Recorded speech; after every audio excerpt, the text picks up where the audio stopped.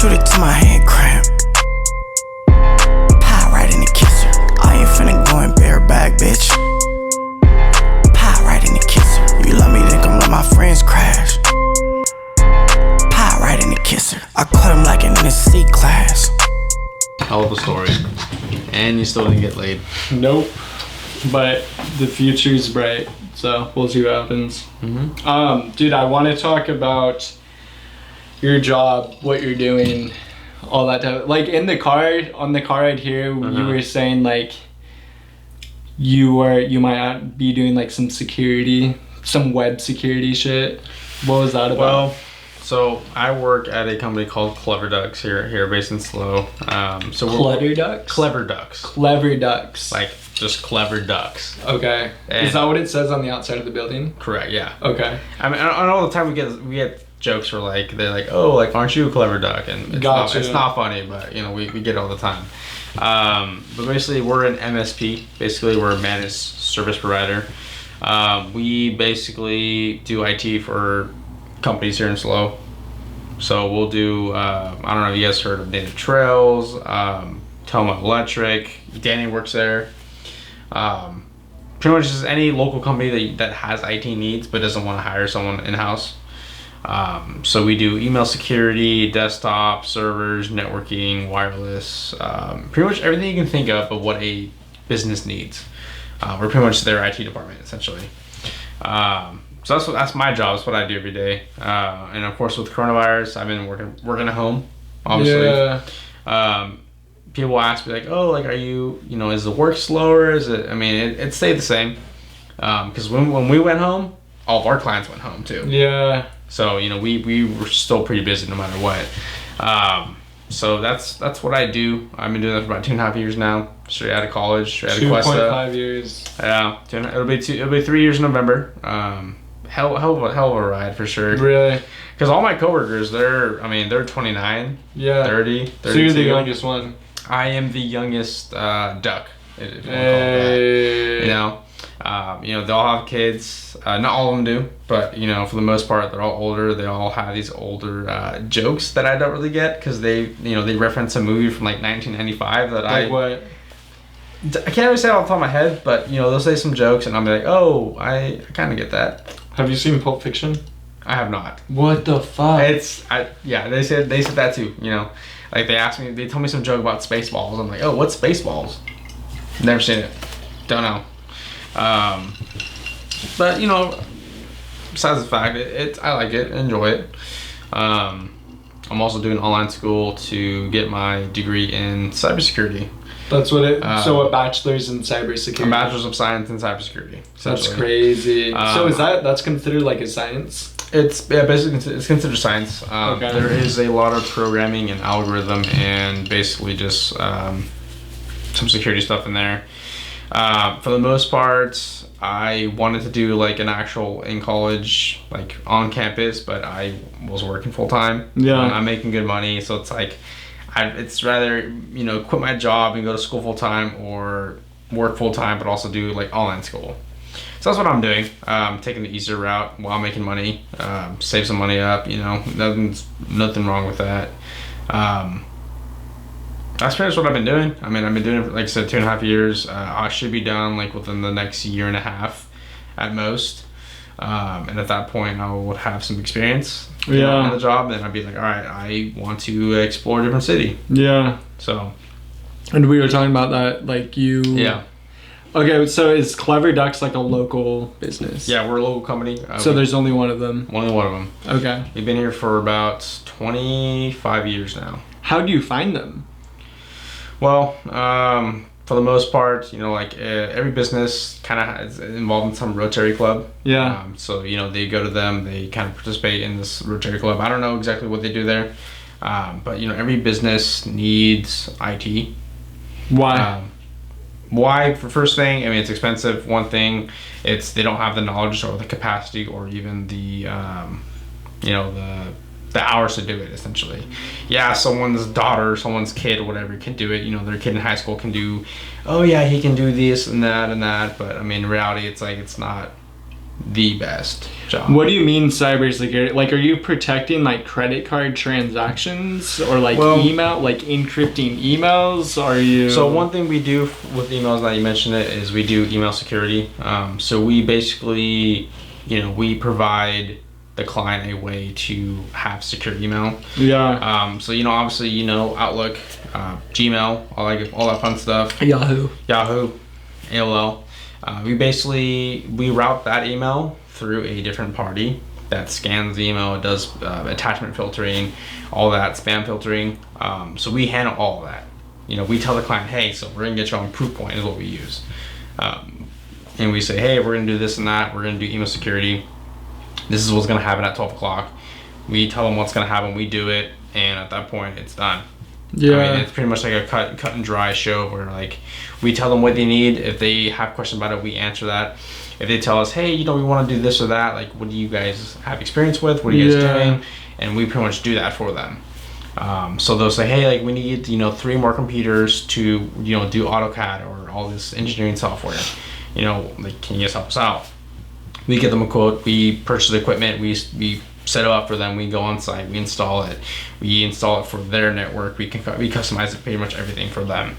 And that's pretty much the basic of what they do. We're also a call center for those companies.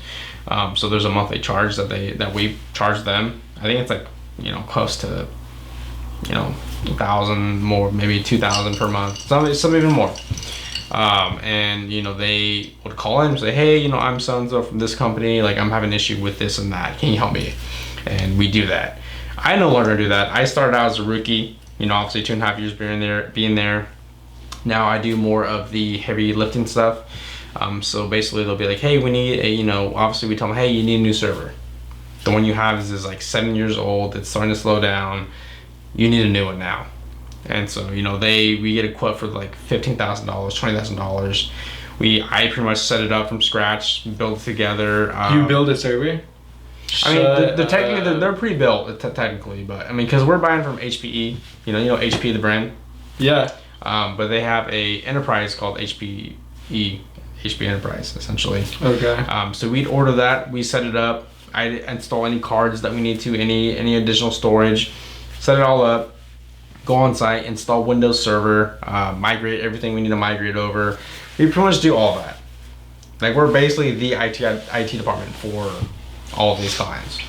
Okay, so when you start at this job, like what is required? Basic knowledge of basically what IT is, what a computer is. What is basic knowledge of IT? What do you define as basic knowledge? Basically the physical parts of a computer, the software parts of a computer, what makes it all together, how it all functions. Also the understanding of how the internet works. Okay. And your perspective, you think the internet's this massive great thing it's the internet, right? Yeah. For us, we know that is basically a bunch of routers connected together that say, hey, if I want to get to yahoo.com, how do I get there the fastest? Yeah. And then you tell me, oh yeah, you go there by going this way or that way. And that's basically the internet. And also the cloud, the quote unquote the cloud. Where what is the cloud? Memory. It's someone else's computer. Are you serious? Mm-hmm. So, for example, let's say you go to YouTube, right? Yeah. YouTube is owned by Google. Okay. You watch this video. When you watch that video, you click on that link. You're clicking on a server from, it could be from Idaho, for example. Okay. This is where the video is hosted at. Okay. They are hosted in data centers all over the world. Let's say you're in Japan and you want access to the same exact video. You may get the exact same video, but it may be closer to their region.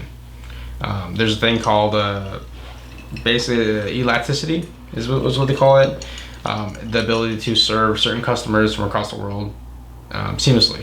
Okay. That's more in depth of what I wanted to get into, but basically, the internet is basically just a bunch of computers somewhere in the world, and that's basically all it is. And you can build a computer from scratch. Mm-hmm. The parts themselves are manufactured. You buy the parts. You buy the motherboard, the RAM, the case, the fans, everything. You put it together. You install Windows on it. It's a computer. Okay. Do you like Windows more or Mac OS? Windows for sure. Why? We're not really a heavy Mac user. We do support them, but we're not, generally speaking, like Mac supporters of it. Why don't you like? Why? I mean, it's easier. Windows is easier. Windows is easier for sure. Really? Mm-hmm.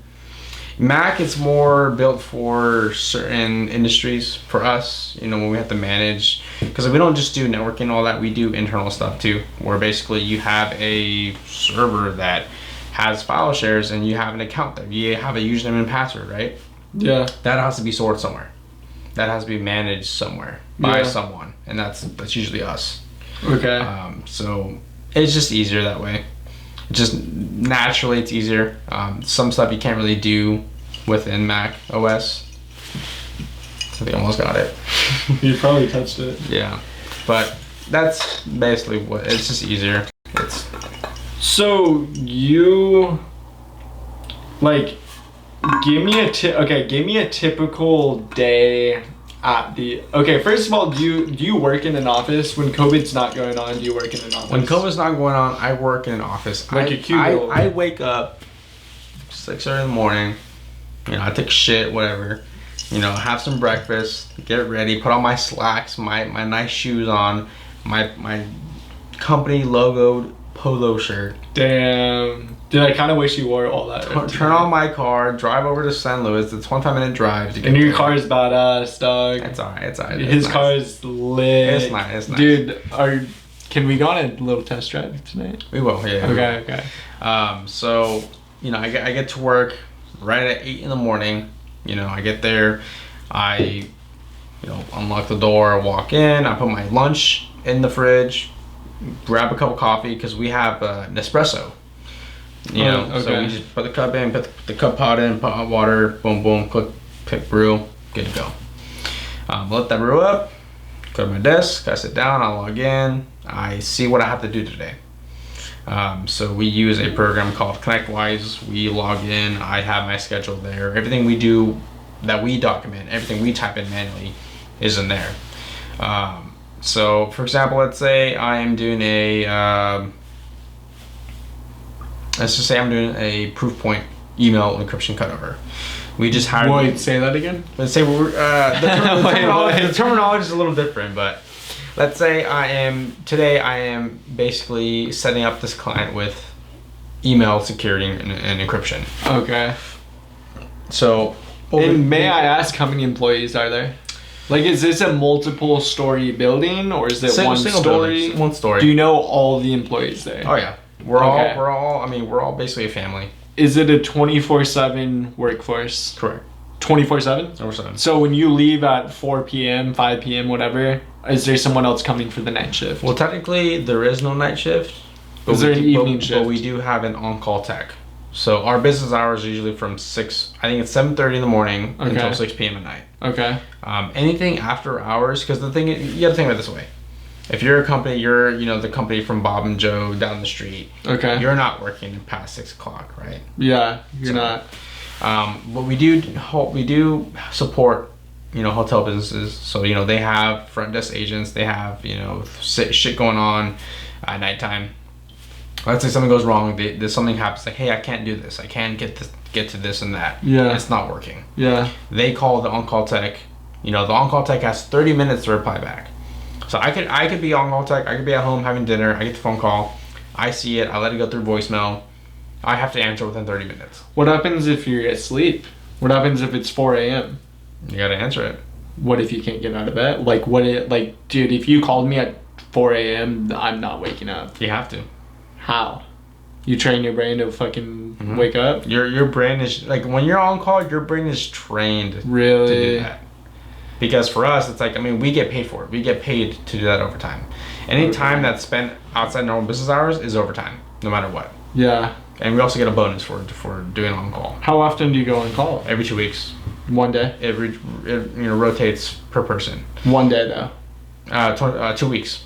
Oh, so you go on call for 2 weeks? 2 weeks. Straight? And then how long before your next on call?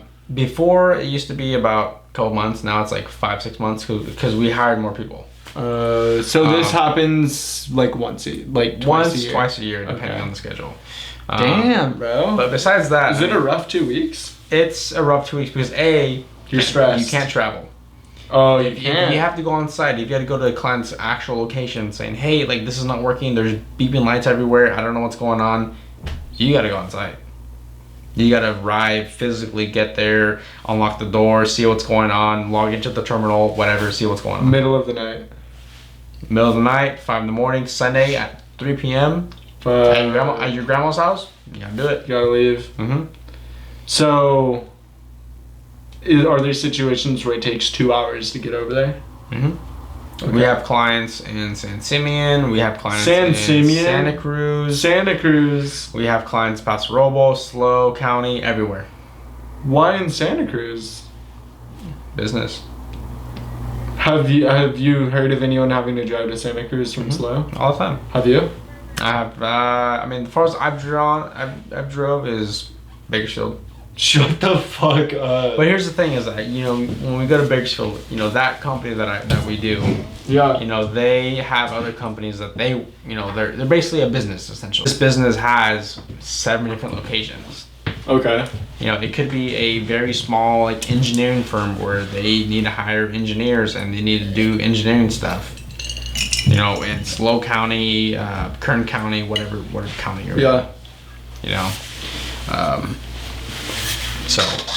But besides that, we are, to answer your question about how many people we have, it's myself, 3 other senior techs. We're called the network team. That's what they call us. We do most of the heavy lifting. And then what do you mean heavy lifting? More of the advanced stuff. Okay. The technical stuff. Dude, I have so many fucking questions. The more technical This is crazy. Stuff. Okay. And then we have about, I want to say, 7 or 8, maybe 9 service techs. Okay. And then we have 3 people that are basically the customer service part of it. They do all of the ordering, the quoting. They're the face, not the face of the company, but they're interacting with the client, saying, "Hey, we know about this computer that needs to be replaced. Yeah. Here's the quote. It's gonna cost X amount of dollars." And we talk about that. So, and of course, the CEO of the company. Okay, so when you first started, what was your job title? When I first started, my job title was a Service Tech 1. Okay, now what's your job title? Network Tech 1. So okay. I basically went from Service Tech 1, 2, 3, and now Network Tech 1. And what's higher than Network Tech 1? Network Tech 2. And then what? 3. And then you have System Administrator 1. And then what? And then that's pretty much the end. At that point. And then CEO. And then of course CEO. But at that point you're making at least, I want to say, just gonna say you're making at least $35 per hour at that point. Okay. So a good chunk of change. A good chunk of change. Okay. So as you progress, you get more and more money per hour. Some people are salary, but you want to get paid by the hour. Hourly is overall better because I'm paid by the hour. Yeah. I don't have to work overtime. I don't have to be home. I don't have to work 11 hours straight at the office. I can just come home when I can come home. And I do my 8 hours and I'm going home. Yeah. So. Okay. So, are you guys selling physical products? Or is it literally services? Services, physical products. Let's say we have to purchase a computer. We go through our distributor. We get them kind of cheap, and then we upsell because we got to make money somehow, right? Yeah. So we do pretty much everything. We do it all. You guys sell computers? Computers, servers, wireless gear, laptops, everything everything you name it. Printers. So if I can me being a civilian, like a normal person, can I walk into your store? Well, here's the catch. We only support businesses. So let's say you come from the street and you say, "Hey, my laptop's broken. I don't know what's going on with it. Can you help me?" They're not doing it. And what do you think I'm gonna say? No. You gotta go to this place down the street. Send us to fucking Best Buy. Basically. Damn. Have you had normal people walk in? All the time. What do they say? So the way our office is laid out is we have an open office layout essentially. It's everyone gets a cubicle. but it's also an open air cubicle, so I can literally just walk out and there's the main walkway. But basically we call them soft phones. They're basically virtual phones. So when I'm working there, eventually I'll get a call and it'll be like, oh, front door. I look over, I see the front door. Oh, it's the mailman. Boom, let him in. And you click a button from your cubicle. From my cubicle. Damn, bro. Yeah, I lock my computer for security purposes. I walk over. I say, hey, here's my name. Sign the paperwork. Leave it there. What's the mailman delivering? Packages. Really? Paper. I mean, letters, tax bills, documents. everything. Okay. I've even had my personal packages delivered to the office, which is perfectly fine. Like stuff from Amazon? Mm-hmm. Amazon, lube, like everything. Okay. Yeah. So what, like, you're working on this thing that you can't see called a server. You can't see a server. It exists within the system. Correct. I mean, everything I do is, in some form physical, but also virtual. Yeah. Everything we do is numbers. We're not literally numbers, but everything we work on it is made up of ones and zeros, and really, it's all software based. Okay. Email security, everything in the cloud. It's all digital, and that's what we work with. What is the point? What is a server? What does a server do? The server serves it's like a website? It serves a service. Okay. Let's say you need to have this folder. Let's say you have a folder, right? Okay. You have a folder of files that need to be handed out to everyone. The server serves that purpose. It's basically a file share. That file share can be accessed from anyone within the company who has a computer that's joined to that network. So you have, I don't know if you heard of QuickBooks. It's an accounting software. No. I'm sure you heard of Dropbox, stuff like I've that. heard of Dropbox. Dropbox, everyone has. We would install Dropbox on the server. We have it set up, and it's you have a computer that's attached to the same network. You can access those files over the network. That's what the server does. It serves a purpose. Whether it's QuickBooks, whether it is Dropbox, whether it is AutoCAD engineering software, you need to access the specific drawing on this folder. The server serves that function. Okay. So on a server, people can like share shit with each other, send things, access. Is it like when I think of a server, I think of a website. Think of it this way. Your computer, right? Yeah. You open your file explorer, you open your folder, right? You have your specific button that opens up your folders. You have your C drive, obviously, you have your documents stored on your C drive. Okay. Imagine that C drive. Imagine it being a M drive. What's this M drive? That M drive is on the server. Okay. And you're accessing it just like it's right there on your computer. Okay. But it's on the server. And you need Wi-Fi to be on the server? Usually you're hardwired in with a cable. Or Wi-Fi, whichever one. Wi-Fi is shitty, huh? It's gone better for sure. Wi-Fi has gotten better. For hotel businesses, basically we pretty much do everything. We go on site, we say, hey, you need this type of access point, we need this, this, and that to make sure that guests can have guest Wi-Fi. And we do it all. What do your like download upload speeds are? Because right here, right now, I uploaded a 1 hour video to YouTube and it took like 2.5 hours. Well, usually, if you're at the Mustang, usually it's not that great. I was gonna say that for sure. It's not that great. For businesses, sometimes we have gigabit speeds. So for example, like if you're at home, your charger, you have I have 100 down. 100 down, 100 megabytes. 100 megabytes down, 110 up. Businesses will have 1,000 download, 1,000 upload. Basically, wait, you said 1,000 download or 10,000 download? 1,000 download and 100. 1,000 upload. Oh, it's both. Same. Symmetrical. But you got to realize they're paying $1,000 a month for this. Okay. But these businesses are utilizing that. They can pay for it. Can I come to your business and upload my YouTube videos? No, I'm sorry. What would happen if what would happen if you had my computer? What do you mean? Like, what would happen if you had my laptop and like my YouTube and shit? Like, could you upload some files? I mean, I probably could, but I'd probably get fired. Are you serious? Yeah. Are they strict over there? They're strict in the fact that anything you do that is unethical and unsafe, I mean, that's pretty much really it. And at this point, it's common knowledge, common sense for To not do your personal to not work there. do personal stuff on there. You still play Arc? Is that called Arc? No. Mm-mm. One thing being in an office, we do have LAN parties. Basically, they're parties that we have where, 5 of us or 6 of us will stay after work. We'd buy some pizza, get it delivered to the office, get some Mountain Dew down the street from the 7-Eleven. We play some video games, just nerding out, just kind of sitting there, eating pizza, playing this game, having a good time.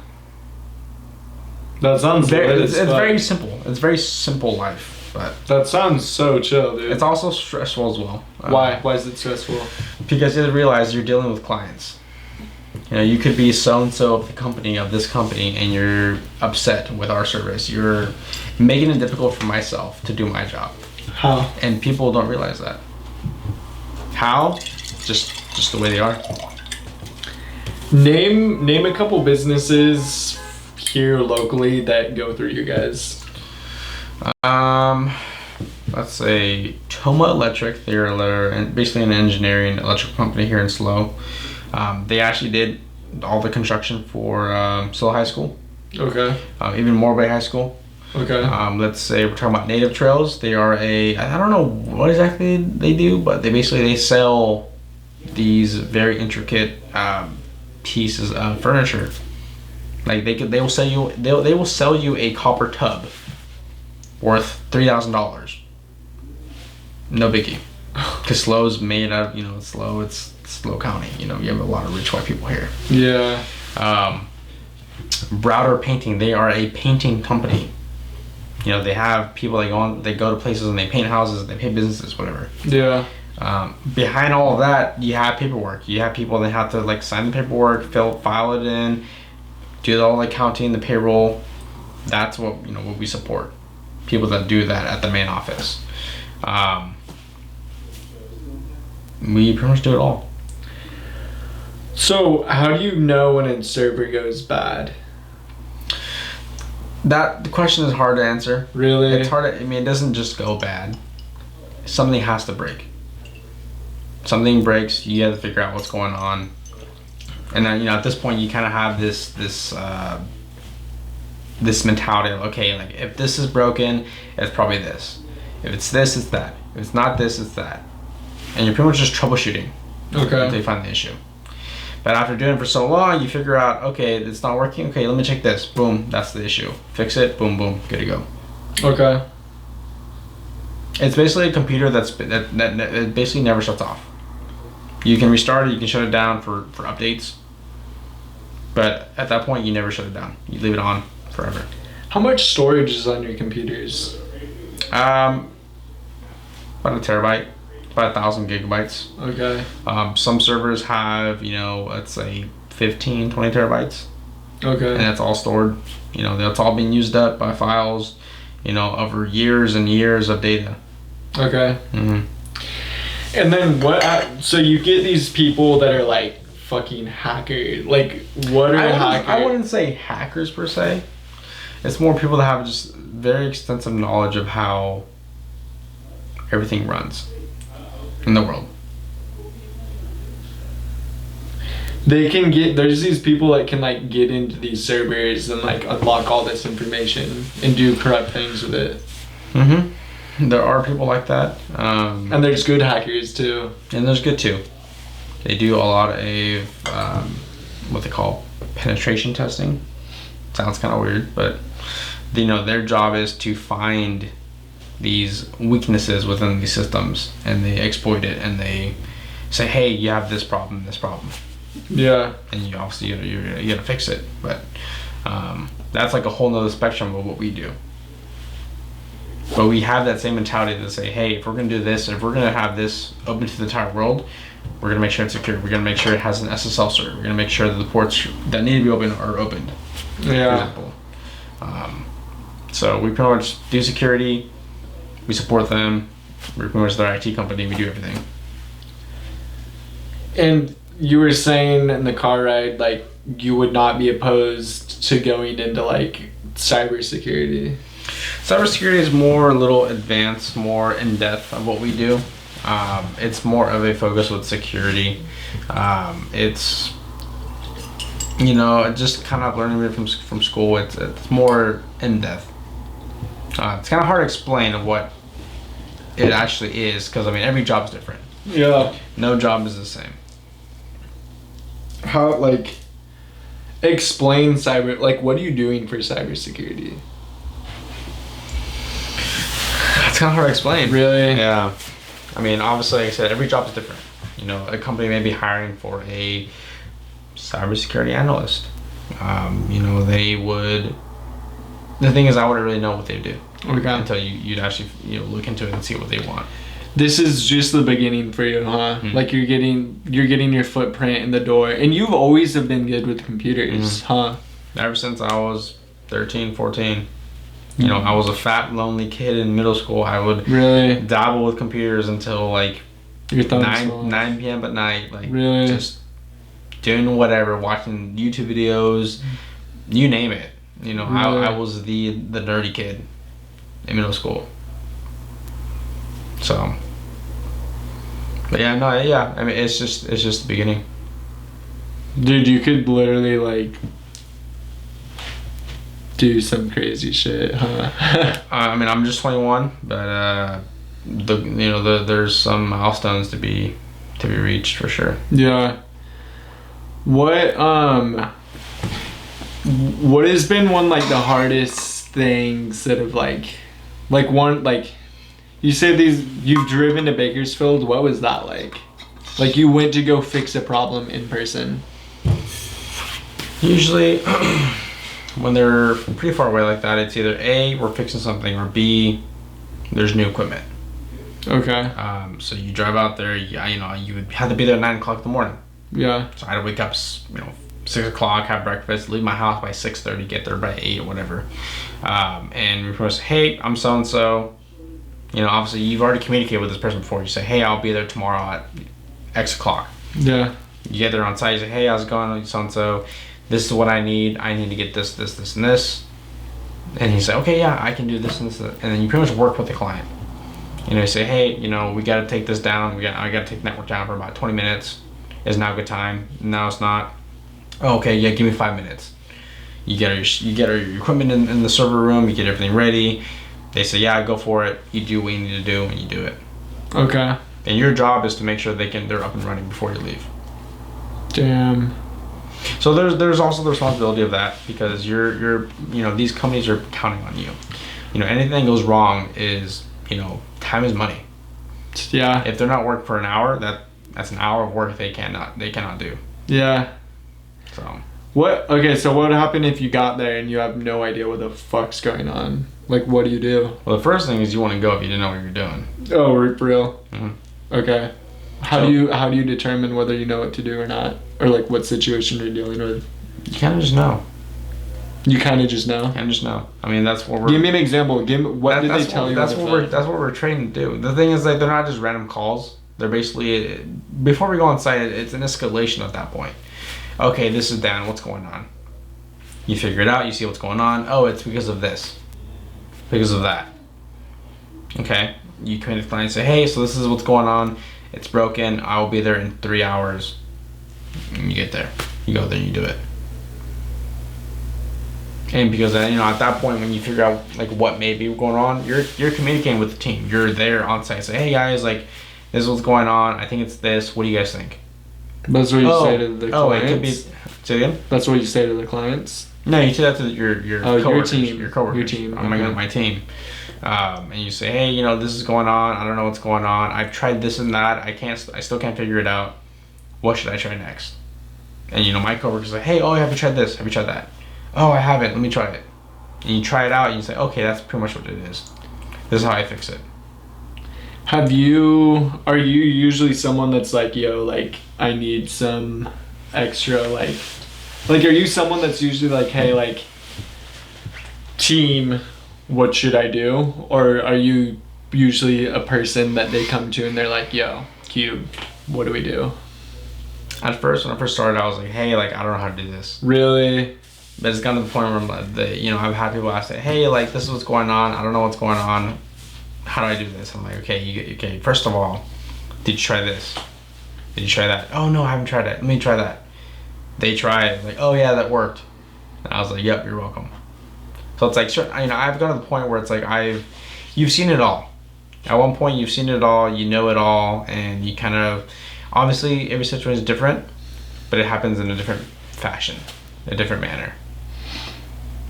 So. Do you body, like, when I think of people that are good with technology, like 3 names that pop up are you, Kyle Saletta, and Shane. I'd say, like, what, like, compare yourself to those other, like, say each person's strong point. Like, do you body them out of the water with the knowledge that you know from like working in this business? Like, what?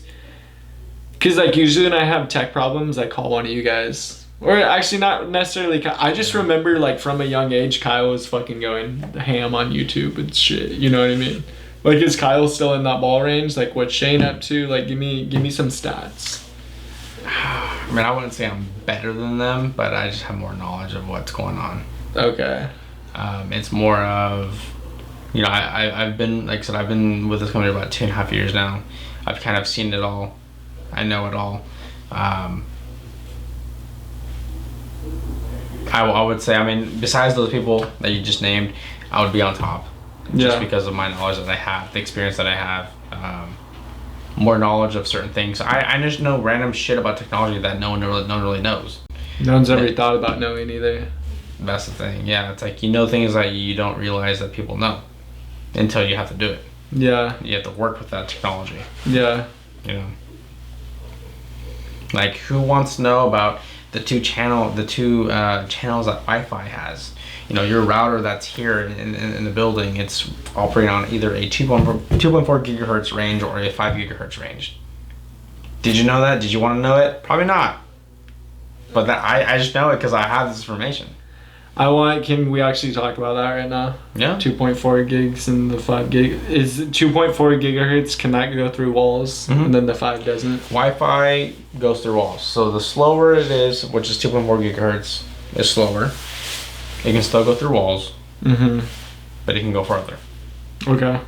The 5 gigahertz, it's stronger. It can go It can go, I want to say, faster through walls, but it can't go as far. Okay. There's certain standards that are set by I forget the name of the institution, but basically it's this foundation that says, hey, Wi-Fi, AC is this channel and that and that. Yeah. How would you describe, like, if you could see Wi-Fi, what would it look like? Well, just like there are radio waves. That's basically what they are. They're radio waves. Are they? They're just waves. So there's Wi-Fi all over this room right now. You pull out your phone, you open up Wi-Fi, you would see 5-6 different Wi-Fi networks floating around. Mm-hmm. Do you think that's harmful to our bodies? No, because it's not fast enough. Just like the spectrum, you have, what do you want to call it?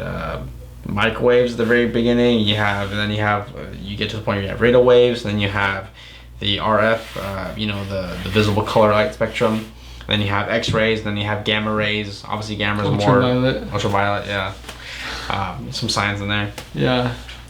It's just a certain frequency, but it's not fast enough to be harmful at all. Dude, is it true that like in China they can't go on YouTube and like watch our YouTube videos and our movies and like Netflix? There are certain things. I mean, the thing is, it's like when you think about it that way, the Chinese government may block access to certain resources in the U.S. They may block this website or this and that. They can do that because they own all of the internet providers out there. Just like you probably get internet through Charter, for example. Yeah. They own those companies. They can tell you where and when you can, where and when you can't go, essentially. Okay. If you want to access xyz.com, which is somewhere in the U.S., the Chinese companies can block that, and you can't access it. Why do you think they do that? It's all political. It's a lot of politics that I don't really know, but if we sent you to China right now, do you think you'd be able, if you had the resources to do it, could you shut down, could you get rid of all the monitoring? I don't know. Why? Is that a big job? It's just more intense than that. It's more intense than that? Describe it. The thing is, it's hard to describe without knowing it, without seeing it, without knowing it. Is there a... The thing is, the internet, it's not an off, there's no on and off switch. The way the internet works, it's so complicated in the fact that you may think you delete something on the internet, someone has it. It's still out there. Really? Mm-hmm. So if this video goes on the internet, it's there forever. Mm-hmm. How do you get it if you think you delete it? Someone has it? You don't. Because when you upload to YouTube has it. YouTube has a copy of it. Mm-hmm. It's their computer. But they would never give you the copy back. Mm-hmm. Why? They just don't. That's the way the world works. What is YouTube like? Are they a big ass corporation with a big ass building? YouTube is owned by Google. Dude, Google owns a lot of shit. Huh? They own a lot of stuff. What does say it? Tell me everything Google owns. Amazon? No, Amazon's its own separate company. Is Amazon an independent company? It's technically owned by Alphabet. What's Alphabet? It's basically what Amazon is. Okay. Wait. I think so. Yes. So who owns Facebook? I believe it's Facebook. Really? Mm-hmm. Name the big companies right now, Facebook, Google. Facebook, Google, Twitter. Is Twitter something? I'm not sure. Amazon. And I'm sure you heard of Tesla, right? Tesla's its own thing. Something.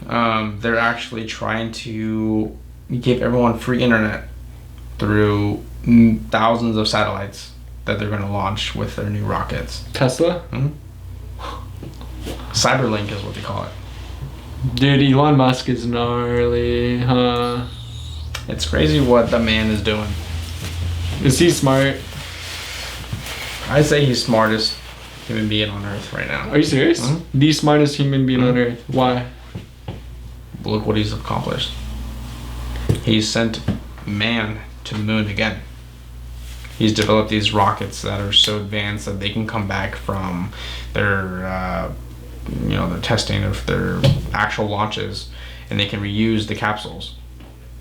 You look at Tesla. You look at the Tesla batteries. The batteries themselves are so advanced that we can't really reverse engineer it unless you actually work for Tesla. Really? Everything they have, what Tesla is just so advanced. That secretive, patented, secreted. And he does that on purpose, huh? He can do it. So, you think he's the smartest person on Earth right now? Mm-hmm. What do you think he can do? Do you think he's really good with is he good at coming up with ideas, or is he good at doing the hands-on shit, or both? Or? I'd say both. So how does he know to do this stuff that he's doing? A dream. A dream? He wanted to do all this? Mm-hmm. Probably since a kid, huh? Probably. He was dude, I want daddy, mommy, I want to make rockets and electric cars. Look what he did. He cares about the environment. Mm-hmm. The environment, the world, pretty much everything. Dude, I could see him getting killed very soon. No. No? No, I don't think so. Why? He's a figure of power, in a sense. Dude, there's a lot of like corrupt power stronghold people, and I could see, dude, dude, if Elon Musk ran for president, dude, he would get fucking sniped. Something would happen to him. What's surprising is Trump has not been sniped yet. Dude, I think and obviously Trump's that like, whole situation is very political, but I don't think I want to get into that. yeah, no, you're fine, you're fine.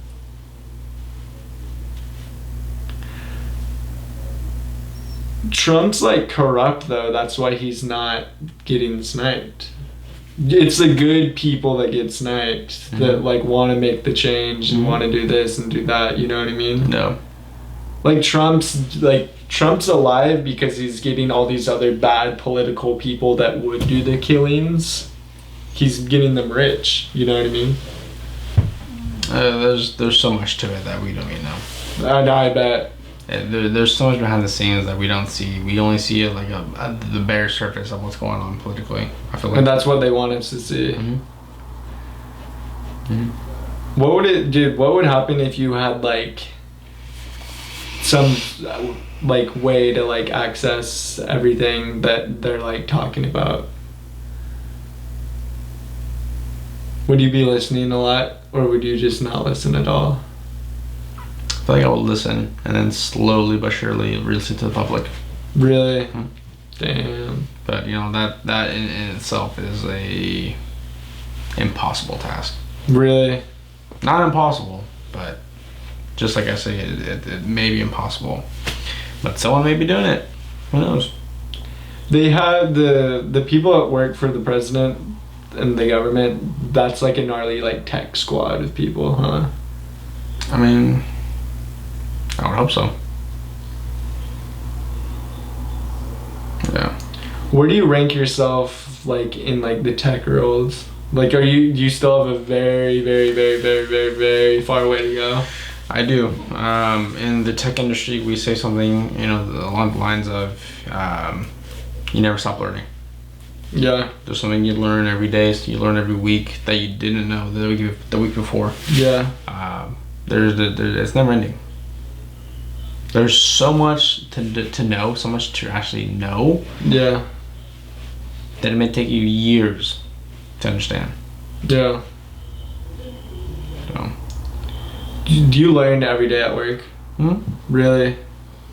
There may be something I learn. It could be very, very small, but it's something that I learn, and that I remember for the next time it happens. There's a lot to it. There's so much to it. Are you working on any like supercomputers right now? No. What is your laptop right now currently? I don't have a laptop, but I just have like regular desktop that I built, you know, a couple years ago. What's that like? Very simple. I would say it's the best of the best. It's just some very simple parts. You know, nothing brand new for sure. Do you think it's better to build your own computer or just buy one? Depends on what the purpose is. If you're buying one for school, just buy one. If you're wanting to play video games, you need a powerful GPU, a powerful CPU, enough RAM, you'd build it. But obviously that costs more money than buying it outright. Yeah. So it really depends on the purpose for.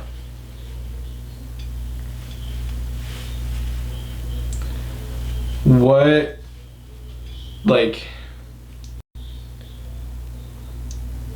or is there like any like gnarly projects that you're trying to work on right now on the side that are like tech based? Outside of work or within work? Both. I mean, within work, are you familiar with, you know, you log into a banking website and they send you a text message saying, hey, here's the code, enter the code in, right? Yeah. That is two-factor authentication. Something you are, something you know, something you have, something you is, whatever it may be. Yeah. We pretty much, right now what I'm doing is basically turning that on for certain services. Okay. So when you log into your email account, you get prompted for your username and password. You put it in, no problem. It takes you to another page that says, hey, enter in the special code. You put in the code. It allows you in. I'm setting that all up from scratch, from the software involved, the port numbers, the port forwarding, you know, the A records that point from, you know, the actual federation server that does all of that. You know, we're integrating that system within this other system that allows that to happen. I'm pretty much doing all of that. It's not hard. It's just you got to do the work. That's what I do. Yeah. But we, like I said, we do it all. We do everything. Do you think technology and like software can be a very difficult challenge sometimes? It can be. It can be frustrating at times, because as you know, when you do it, it works. But when it doesn't work, you figure out why it doesn't work. You know it should work, but it doesn't work. And you gotta figure it out. Any examples come to the top of your head when it's like, why isn't this working? It should be working, and then you fixed it? Like a scenario? Not that I really think of. It's more just it just stops working. Really? Mm-hmm. And you gotta figure out why it doesn't work. That's so when you're fixing the problem, you're like plugging into like a master computer and like checking things. Well, we have certain systems that we check on, that we see what's going on, or we log into the computer itself and figure out what's going on. But in a sense, yeah. Have you ever dealt with like a jerk client? Mm-hmm. All the time. All the time? Mm-hmm. They call you. They call you. We help them. They say, "Oh, I'm too busy." So then, why did you call us? Why do you do this? Why do you, you know, we try to contact them and say, hey, you know, I'm so sorry for this from, you know, so-and-so. We're trying to get this working. Like, what is a good time for you? Now's not a good time. Call me later. They say call me later? Mm-hmm. Do you call them later? We have to. Why? You know, they pay for it. They pay our contract. You have situations where you deal with owners and, you know, people that own these companies where they're just literally asshats. They're annoying. They're, you know, I wouldn't say abusive, but they are abusive. Disrespectful. That's a strong word. Disrespectful for sure. They don't respect you as a tech. They don't respect the work that you do, and they think it should work. Why are we paying you this amount of money if it doesn't work? It's not that simple. You know. Can you give me a conversation you've had with someone in the like the meanest person you've had to go through? Meanest person? Like, is there anything that like is stuck in your brain where it's like, dude, like I really need to get off the phone right now? Can't say for sure. Really? Mm-hmm. Not that I have too many of them, but there's just I can't really think of anything right now. So they've called the what's the point of even? So you call them and they answer, and it's the owner? It could be the owner. It could be the owner. And they say, hey, I'm too busy right now, call me back. Mm-hmm. I feel like the most logical thing to happen is for them to be unbusy and then call you because you guys are always going to answer the phone. Well, the thing is, if it's not broken, it works. Yeah. But it could work half the time. Okay. You know, maybe once or twice, here and there. You say, "Hey, we need to fix this. We need to fix this problem." Oh, but it's working. It's fine. We don't want to pay for it. And then they call in 2 weeks later, and say, "Hey, why is this not working? It was working last week." Because it's old. It's this and that. We told you we need to replace it. Oh, it's too much money right now. I don't want to spend that much money. And then you're in this pattern of continuously them calling back days later saying, "Hey, it's not working." What do you mean, hey, it's not working? The Wi-Fi's down? The server's down? Could be, yeah. You know how to fix all those?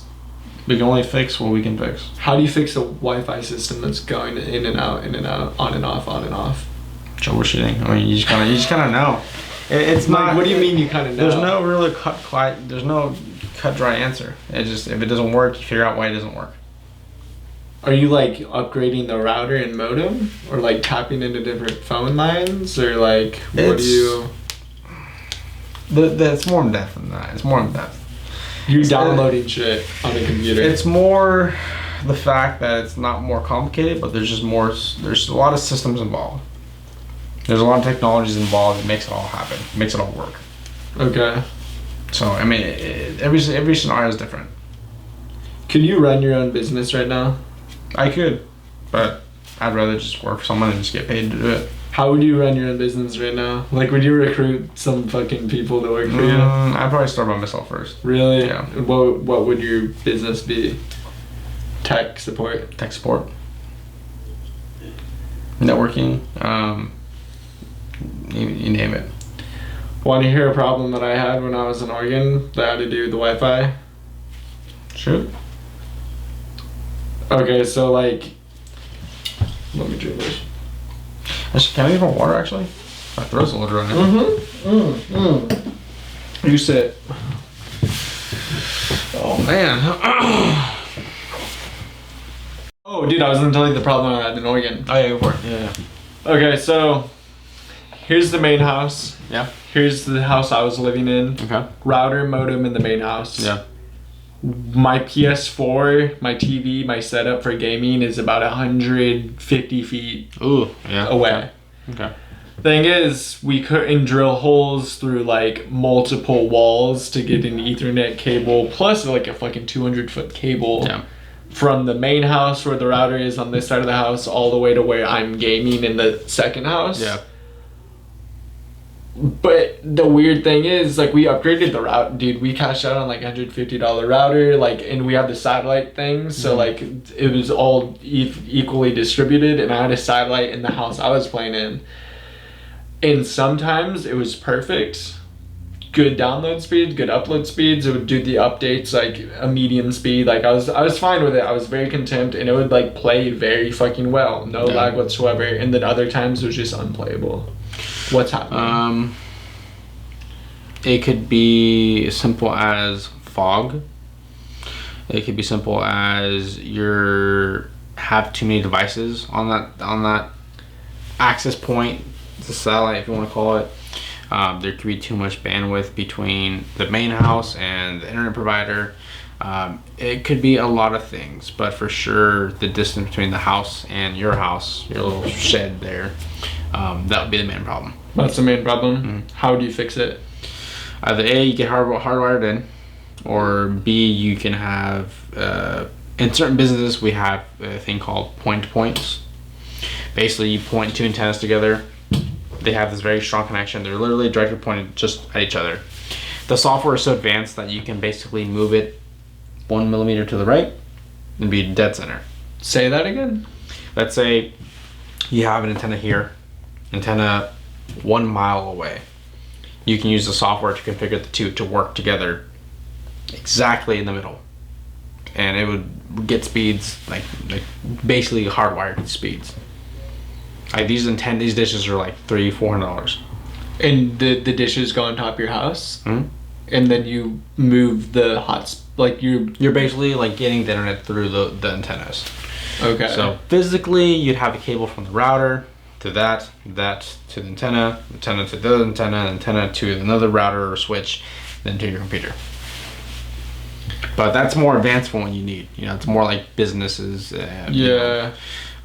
Corporations that would have that. So like sometimes when you go into big cities, you'll look at the top of buildings and you'll see these giant dishes. Yeah. They have another office $300-$400 meters miles away. You know, some of the dishes are like tens of thousands of dollars, and they can reach 20-50 miles away. Fuck.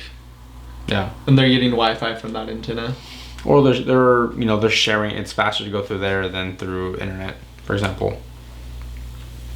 Dude, I couldn't imagine a fucking like $30,000 out of like a dish. And that's kind of that's kind of what I want to go towards, is working with more bigger corporations. I'd rather work for a single company and do IT for them rather than do one company that does servicing for 50 other companies, for example. Because right now we have about 50, 60 clients total. Yeah. So that's 60 different technologies that you have to know. 7 different environments. 6 different things that could break that you don't know, but you have to know. So. You like fast cars. I do. You are into cars. You work on cars. You've had 3 cars. First one was a Mustang. Second one was an Acura. Full cycle motherfucker. Now we're back to another Mustang. A new Mustang. 2017. And it's quick? It's a 5.0. It's a V8 engine. It's somewhat quick. I wouldn't say it's the quickest, but it gets there. It does the job. I love it. I had the money to buy it, and I was like, fuck it. Why not? And it's I'm young. Black or like dark green? It's dark gray. Dark gray? Yeah. I got metallic gray. Okay. What dealership did you get it from? I bought it in Arizona. That's right. I had a friend who lived in Arizona at the time, so I was like, hey, it's cheaper. I'm going to get my name, register that car in Arizona at his apartment, whatever. Yeah. Brought it up to the U.S. I mean, not the U.S., but California. And that's pretty much it.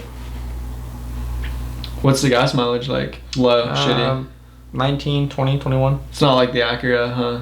Well, the Acura was like 23, 24. Oh, okay. So not bad. No, it's not the worst. Dude, let's go drive it right now. You want to do it? Let's go take a cruise, bro. Do it. Dog, thank you for coming on here. No, I do appreciate it. Dude, this is Cube, guys. Thank you for watching. Let's go take a spin. For sure.